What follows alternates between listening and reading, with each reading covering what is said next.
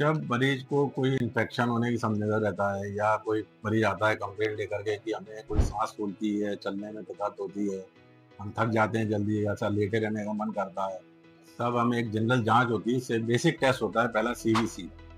CBC में कई सारे फैक्टर अलग-अलग पार्ट्स होते हैं, जैसे कि ब्लड हीमोग्लोबिन होता है उसमें, एक एमसीएचसी होता है, एमसीएच होता है, टीएलसी होता है, डिफरेंशियल काउंट होते हैं, एक मेंसर इंडेक्स होता है, जिसमें अलग-अलग देखा तो एचबी होता है, हीमोग्लोबिन जो बताता है हमारे शरीर में रक्त में हीमोग्लोबिन की मात्रा कितनी है।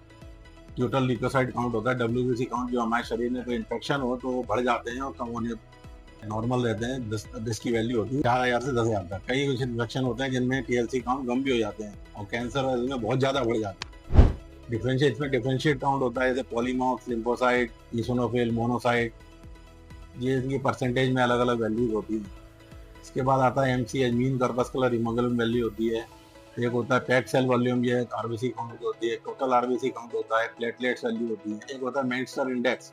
मेंसर इंडेक्स इसलिए आवश्यक होता है, ये डिफरेंशिएट करता है बीटा सेल ट्रेट को और आयरन डेफिशिएंसी एनीमिया में। इसको कैलकुलेट कैसे करते हैं? इसको कैलकुलेट करने के लिए एमसीवी को आरबीसी काउंट से भाग दिया जाता है।